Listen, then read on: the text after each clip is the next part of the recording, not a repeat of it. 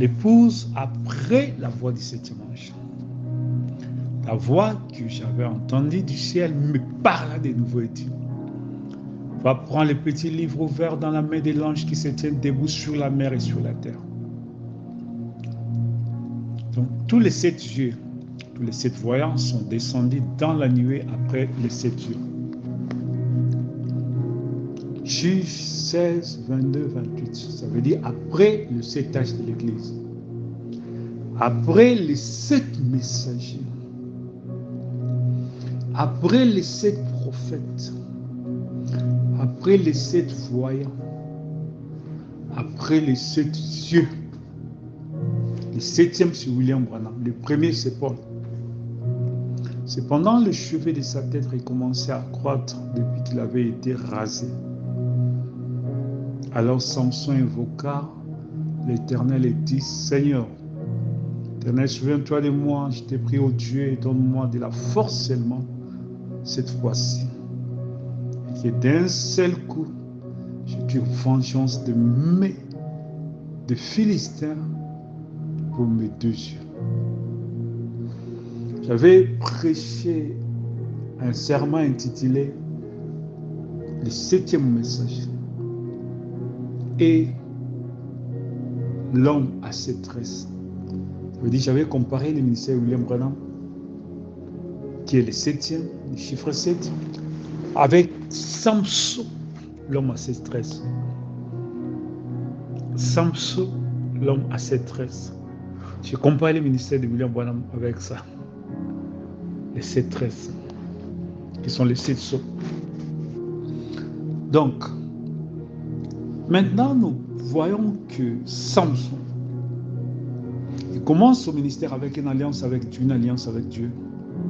Et cette alliance qui a été scellée avec comme symbole, comme signe d'alliance, les 7 tresses sur sa tête. Que ses cheveux ne seront jamais coupés. Personne ne coupera ses cheveux. C'était le signe de son alliance avec Dieu. Mais après, Delilah a coupé tous les 7 tresses. Ça veut dire la fin des 7 âges de l'Église. La fin des 7 tresses, des 7 messagers. Parce qu'aujourd'hui, 2024, tous les 7 messagers sont passés. Et quand on avait coupé, ils avaient aussi percé ses yeux. Les yeux, c'est les prophètes, c'est les voyants. Ça veut dire que la mort du prophète, à la mort du prophète, à la mort du voyant, à la mort des yeux, quand les yeux sont percés. Maintenant, mais Samson, le corps est resté là. Le corps qui typifie le corps de Jésus-Christ. Le corps de Christ qui est l'Église. Les 7 traits sont passés. Ça veut dire que les 7 traits sont coupés, les 7 messagers sont passés, les 7 messagers sont tous morts, sont tous partis à la gloire. Maintenant, le 7e, qui est le prophète, est parti, ça veut dire après la mort du prophète Branham, parce que le 7e c'est un prophète. Alors, qu'est-ce qui se passe? Mais ce corps, il est en vie. Cependant, les cheveux de sa tête recommençaient à croître depuis qu'il avait rasé. Alors Samson invoqua le nom de l'Éternel. Samson, c'est le type du corps de Jésus-Christ. Ce corps qui a 10 cornes. Ce corps qui a 7 cornes. Dans chaque corne, il y avait un œil. Ce corps qui a 7 yeux. Ce corps qui a 7 messagers, qui est couronné de 7 messagers, qui sont les 7 prophètes. Maintenant, quand on a coupé, parce que l'Ancien Testament est l'ombre des choses à venir, l'Ancien Testament parle du futur, il annonce le futur, il annonce ce que Dieu fera, il révèle le mystère de Dieu dans le futur, dans un langage codé et caché. Maintenant, aussitôt qu'elle s'est tête, ça veut dire la tête de 7 tresses a été rasée. Parce que les 7 cornes avaient aussi 7 yeux.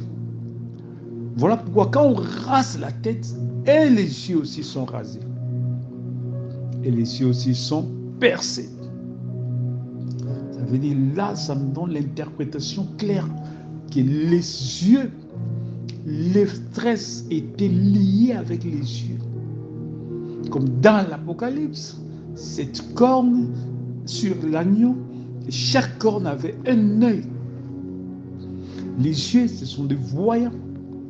Et quand on coupe la tête, on coupe tous les 7 cornes, ça veut dire les yeux aussi sont coupés. Les yeux aussi sont partis, sont morts, sont détruits. Mais les corps restent. Malgré qu'il était avec, malgré qu'il n'avait plus les tresses, le corps est resté. La tête était toujours là. C'est alors que les cheveux de sa tête a commencé à reprendre jusqu'à former la nuée. Parce que dans la nuée, nous voyons sa tête et sa chevelure blanche. C'est ce que Samson était devenu. La tête couronnée et sa perruque qui est sa chevelure blanche. Ça veut dire que, et ce qu'ils oubliaient, que la force était de nouveau de retour. C'était la restauration. La force des 7 était revenue dans la chevelure blanche. La force des 7, qui est la perfection, était revenue dans la nuée. Donc la nuée, c'est le 8e. Maintenant, il n'a plus 7 tresses, mais là, qui est une chevelure que nous appelons la nuée. Parce que dans la nuée, quand on tourne, on voit la tête avec une chevelure. Amen pour les aigles. C'est alors que c'était l'anniversaire de Dagon, il a dit poisson, il avait livré Samson, et alors il voulait fêter. Donc c'est les jours que la force écuménique dénominationnelle, que la force de l'Antichrist pensait avoir le dessus sur l'Église. Ils se sont réunis pour fêter, mais c'est les jours aussi que l'Église a montré toute sa force. Que Samson a utilisé l'onction de la nuée pour tuer plus que ce qu'il avait fait durant toute sa vie. Alors Samson invoqua l'Éternel et dit, Seigneur éternel, souviens-toi de moi. Je t'ai pris, oh Dieu, donne-moi la force et seulement cette fois que d'un seul coup, je tire vengeance des Philistins pour mes 2 yeux. C'est alors que Samson va réclamer. Seigneur, Frère Branham dit, dans un bref délai du temps, l'épouse manifestera la puissance de Dieu. Et une démonstration de force et de puissance qui va restaurer à l'Église ce que l'Église n'a pas pu faire durant les 2000 ans. Ce sera une démonstration de force, une démonstration de puissance, de la manifestation de la gloire de Dieu pour ramener l'Église au jardin d'Éden. Tous les 7 sont descendus dans la nuée pour la victoire finale. Ça veut dire la plénitude des 7 s'est manifestée dans la nuée. L'ange de l'Éternel qui marchait au milieu de cette chandelier, parmi les 7, se manifeste dans toute sa plénitude, le 3e plus dans toute sa plénitude pour la victoire finale. Juge 16, 30, Samson dit que je meurs avec les Philistins. Il s'est penchant fortement La maison tomba sur les princes et sur tous les peuples qui étaient ceux qui furent péris à sa mort, furent plus nombreux que ceux qu'il avait tués pendant sa vie. La seconde commission. Après chapitre 10, verset 8. La seconde commission est dans l'agneau. Frère Branham a eu deux commissions. La première, c'était en 1933. La voix s'est fait entendre depuis les cieux. Comme j'ai envoyé Jean-Baptiste pour préparer ma seconde venue. Pour ma première venue, je t'envoie avec un message pour préparer la seconde venue. La deuxième commission, c'était en 1963. Dans la nuée, la venue de la nuée, la descente de la nuée, à l'ouverture des sources. C'était le troisième pôle dans toute sa puissance. Ça, c'était la deuxième commission. Et là aussi, c'est la première commission pour l'épouse. Amen. C'est Apocalypse 10, verset 8. Alors, donc, je vais d'abord aller dans 1 Samuel, chapitre 16, verset 10. Après avoir passé les 7, Ésaïe, le père de David, avait 8 fils. Les 7 fils étaient des hommes capables de diriger, d'aller en guerre, de gouverner. Le 8e, c'était un enfant, David. Isaïe fit passer ses 7 fils devant Samuel. Et Samuel dit à Isaïe, l'Éternel n'a choisi aucun d'eux.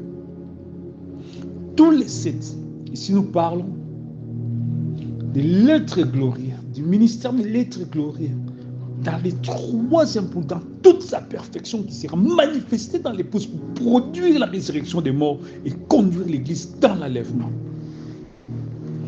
Tous les 7, l'Éternel n'a choisi aucun d'eux.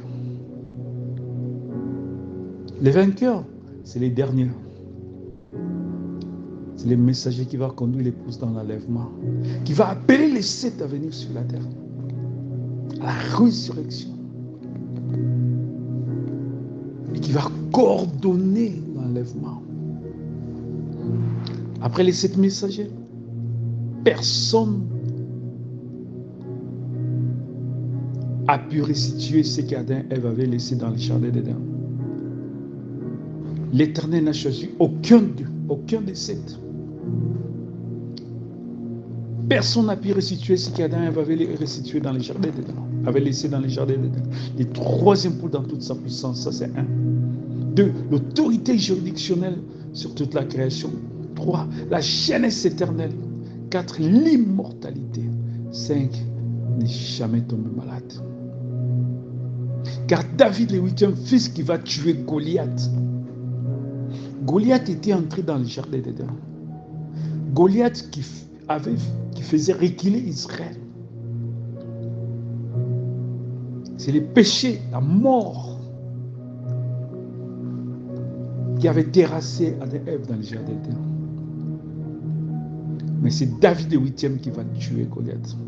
C'est David le 8e qui va terrasser Goliath. L'épouse après les 7. Et Samuel 16, 11.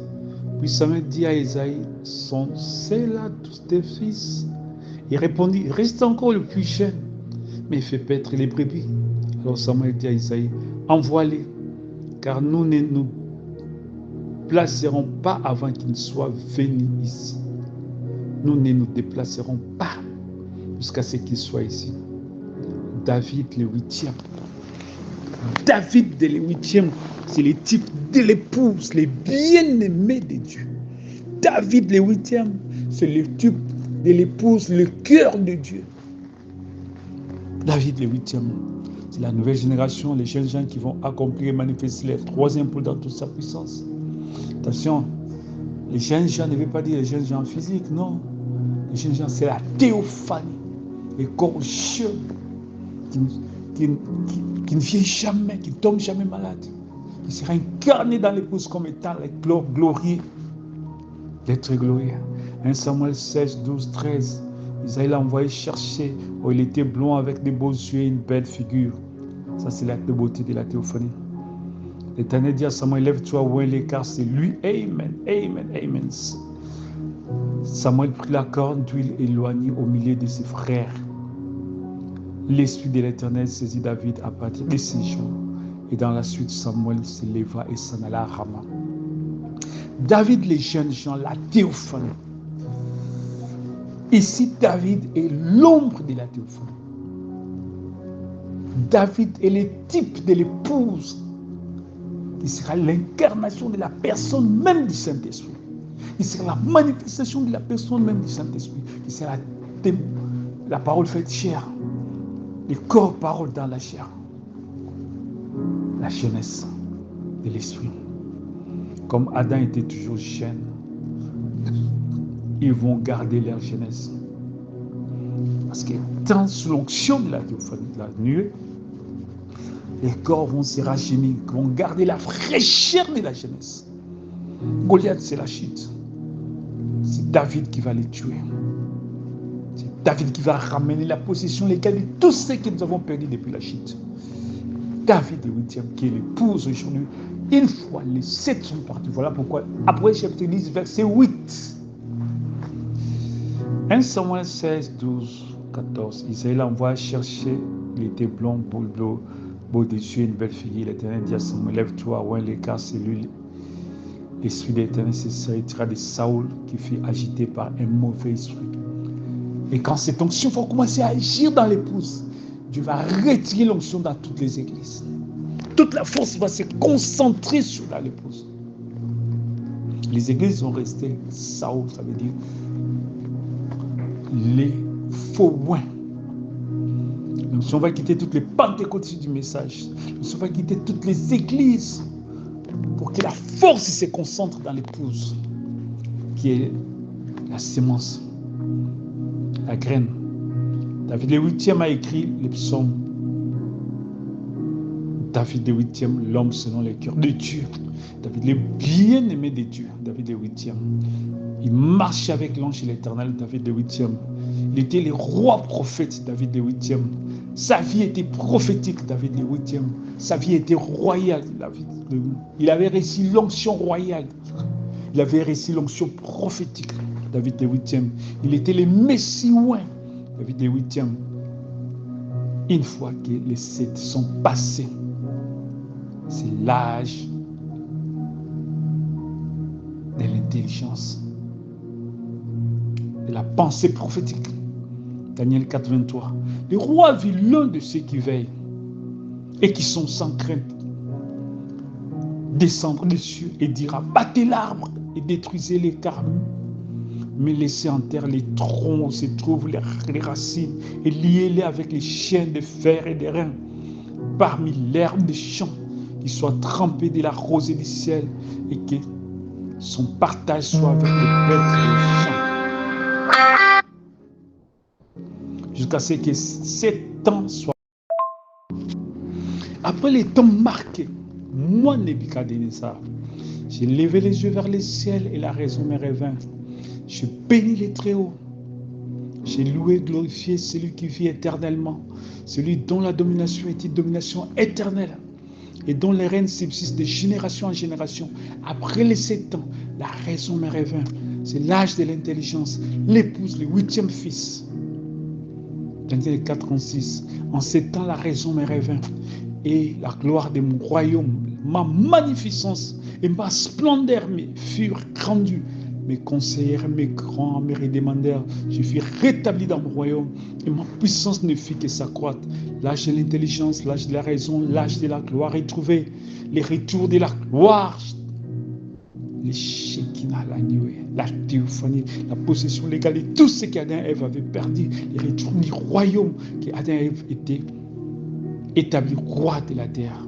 Les retours de la magnificence, les retours de la splendeur, les retours du royaume, la royauté, rétablir Adam comme roi sur la terre. La Bible dit, il a fait de nous des rois et des sacrificateurs. Le rétablissement, Acte 3, 21, afin que du temps de rafraîchissement vienne de la part du Seigneur, qu'il envoie celui qui vous a été destiné, Jésus-Christ, que le ciel doit recevoir jusqu'au temps des rétablissements de toutes choses. Nous avons reçu les rétablissements au travers de la parole, la venue de la nuée, l'ouverture des cieux, la restauration par la parole. Maintenant, le rétablissement de l'être de la parole, la personne de la parole, la théophanie qui a été laissée dans le jardin d'Éden. Voici le rétablissement final que le ciel doit recevoir jusqu'au temps de rétablissement de toutes choses dont Dieu a parlé anciennement par la bouche de ses saints prophètes. Le rétablissement d'Adam, la complète rédemption, le retour du livre. L'ange de la foi du 7e ange avait pris les livres, il monte au ciel, il prend l'Apocalypse 5, il descend avec l'Apocalypse 10. Amen. Donc l'épouse, c'est l'âge de la raison. Après les 7 yeux, c'est ce qui reste, c'est le cerveau, l'intelligence, la raison. La raison me révèle. La pensée. C'est l'âge de la pensée.